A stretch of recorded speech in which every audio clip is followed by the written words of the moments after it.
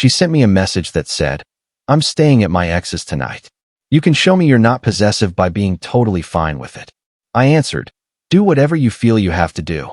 Then I found her ex's wife on Instagram, got her openly listed work number, and rang her to ask if she was aware that my fiancé was sleeping over at their place. By pure accident or fate, the wife merged the call with her husband, and suddenly all four of us were listening to each other breathe. Look, I'm not going to pretend I feel bad about it. I don't. But apparently these posts require a tiny disclaimer of fake modesty, so here it is.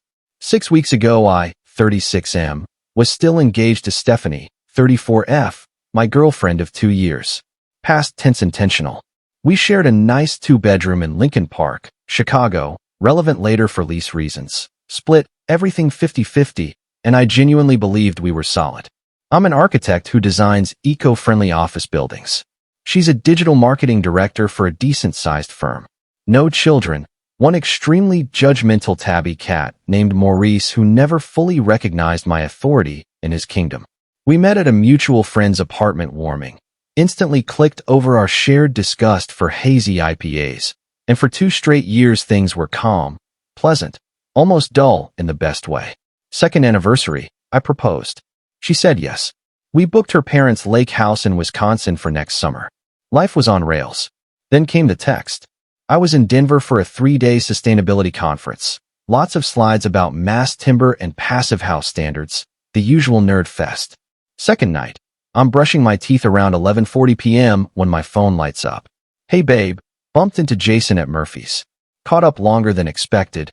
It's late. I'm just going to crash at his place instead of taking an Uber. Cool if you're cool? Shows you trust me. Love you XX." Jason equals ex-boyfriend from 4+ years ago. They dated 3 years, broke up because, his version, we wanted different things, her version. He couldn't keep a job and played Xbox like it paid rent. I had met the guy exactly twice. First time he cornered people at a birthday party to explain blockchain. Second time he happened to walk into our regular bar, inserted himself into our date, and spent the night dropping lines like, "Remember that weekend in Montreal, Steph?" while staring me down. What Stephanie forgot to mention in her little trust exercise, Jason got married about 14 months ago to a woman named Claire. I knew this because a friend had posted pictures from their Cabo wedding. So let me get this straight. My fiancée is announcing she's sleeping at a married man's apartment and framing it as a character test for me. I stared at the screen until the words stopped making sense. First impulse, call and lose my mind. Second impulse, catch the first flight home and lose my mind in person. Instead, a weird, icy clarity settled in. The kind you only get when the mask finally slips all the way off. I typed, "Do whatever you feel you have to do. We'll talk when I land tomorrow." Then I opened Instagram, found Jason's profile, found Claire's very professional real estate page with her cell number plastered across it, call or text anytime, and dialed. I was calling from Colorado, a one-party consent state, so I hit record without a second thought.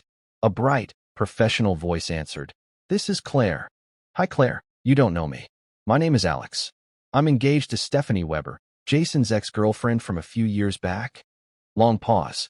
"Yes, I know who Stephanie is. I'm really sorry to call so late, but she just texted me saying she's staying at your apartment tonight, and I wasn't sure if you knew." Another pause so heavy I could hear the Midwestern winter outside her phone. "I did not know that," she said, voice suddenly thin. "I'm actually at my sister's in Iowa until Sunday.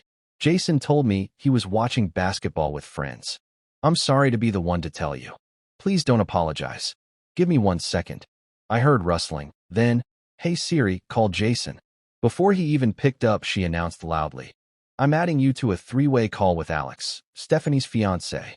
Jason answered with barn noise behind him, cheerful as hell. "Hey babe, what's up? Thought you were doing girls' night." "I am," Claire said ice calm.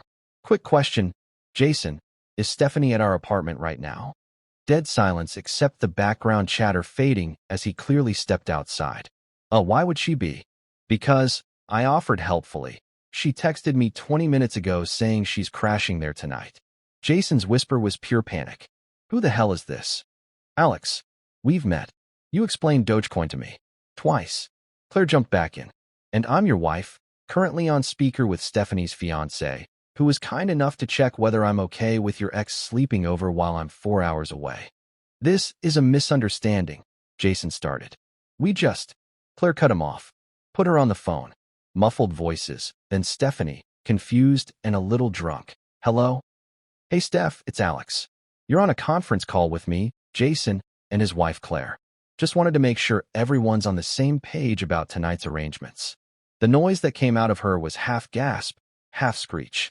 Are you seriously checking up on me right now? This is exactly the jealousy I was talking about. Claire's voice sliced through like glass. Actually, he was checking whether I knew my husband's ex was spending the night. I didn't. So thank you, Alex. Stephanie tried again, now desperate. Claire, Jason said you guys were cool with staying friends with exes. Our version of friends with exes does not include sleepovers when I'm out of town. The call turned into a glorious three-ring circus. Jason stammering excuses, Stephanie flip-flopping between yelling at me and apologizing to Claire, Claire mostly dropping perfectly timed, unbelievable S. I just listened, sipping hotel tap water like it was popcorn. Eventually, Claire delivered the kill shot. Jason, I'm on the first flight home tomorrow. Have your shit in boxes. Click. She hung up. Stephanie rang me instantly, furious. I cannot believe you just did that. You had zero right to drag his wife into this. Into what exactly? I asked. Nothing happened. I was tipsy, didn't want to Uber, that's it. There are these revolutionary new options called hotels, or calling your fiancé, or literally any female friend on planet Earth. But sure, test my insecurity. She hung up on me. The next morning my phone looked like a bomb site. 10:14 a.m. I'm so sorry. You're right, it was stupid. Call me. 10:27 a.m. Nothing happened, I swear. 11:03 a.m. Claire's blowing this out of proportion. She's always hated me. 11:19 a.m. Are you really ending us over one mistake? I ignored everyone, skipped the rest of the conference, and flew home early. Instead of going to our apartment, I crashed at my brother's. He greeted me with a beer and the words, "That cat always hated you anyway." While I was in the air, Claire left me a voicemail. Hey Alex, it's Claire, Jason's soon-to-be ex-wife. Just wanted to say thanks for the heads up. Obviously things are a mess, but I'm glad I know. Also, when I got home this morning, I found one of Stephanie's earrings on my nightstand and her travel makeup bag in my bathroom drawer. Thought you should know. Take care. I texted Stephanie one line. I'll be by tomorrow at 2 p.m. to get my stuff. Please don't be there. She was, of course, there.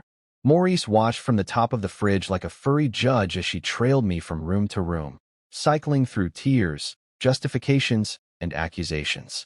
It wasn't what you think. If you loved me, you'd forgive one drunk mistake.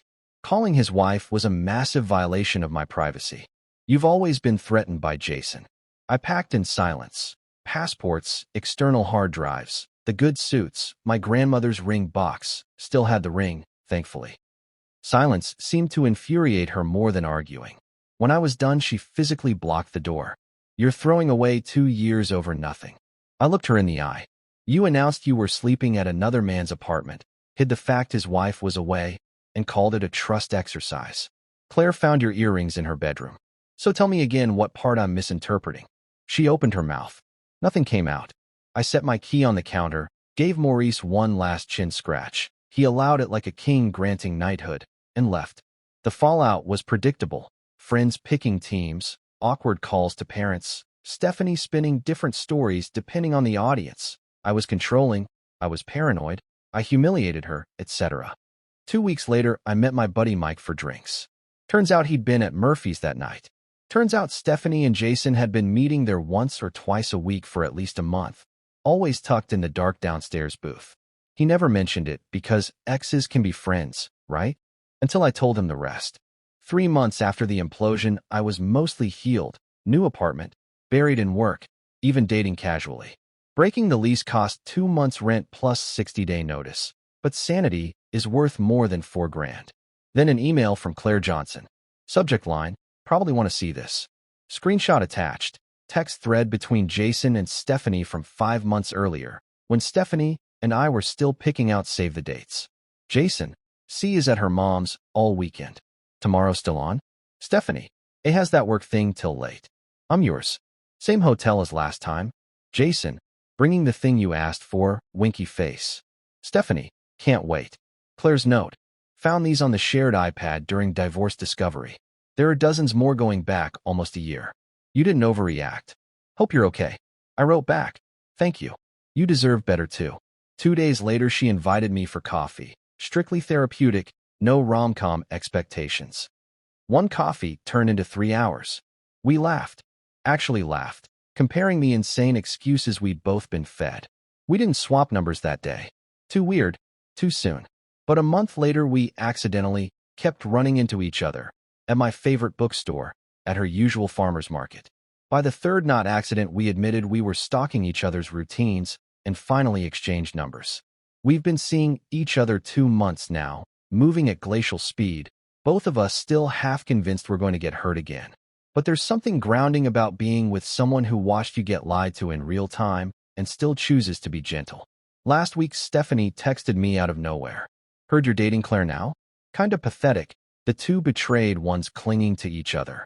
Guess you're not as secure as you pretended. I showed Claire. She laughed and dictated my reply.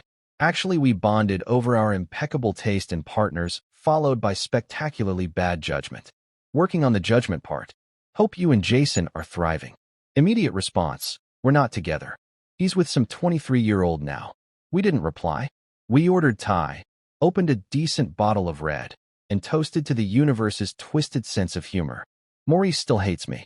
He stayed with Stephanie, microchipped in her name, and honestly, they're perfect for each other. Some betrayals are meant to be. TLDR. Fiancé announced she was crashing at married ex's place as a trust test. I phoned the wife. Wife merged the call. Everything exploded. Turns out they'd been cheating for nearly a year. Wife and I are now dating each other. The trash took itself out, twice, and somehow the recycling worked out better than the original purchase.